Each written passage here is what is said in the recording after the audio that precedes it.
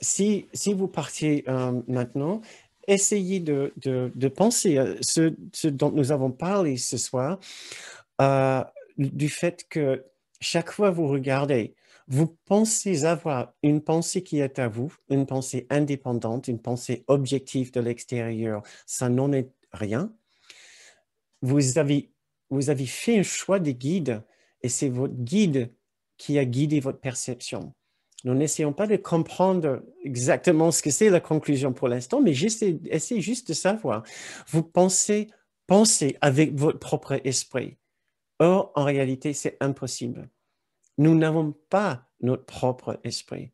Nous avons soit l'esprit et la voix et la perception et le système de pensée de l'ego, de la séparation, de la dualité, donc de la peur, de la culpabilité, du péché, soit nous avons la perception, l'esprit, la conscience et la vision de celui qu'on appelle le Saint-Esprit, la voix de Dieu, l'esprit de la bienveillance, de l'unité parfaite, l'esprit de l'amour parfait, l'esprit de notre grande soi, l'esprit de notre esprit juste.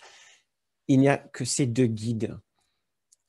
Chaque expérience, chaque réaction que nous avons est guidée par l'un enseignant ou par l'autre.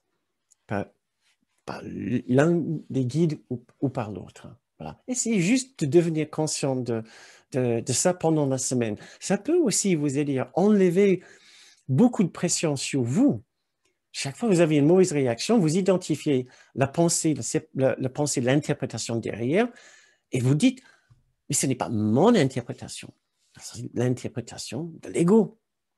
Ça, comme avec le cercle de pensées imparfaites, ça commence à nous détacher un petit peu de notre identification, voilà, de l'appartenance que nous pouvons ressentir par rapport à ces réactions, ces émotions.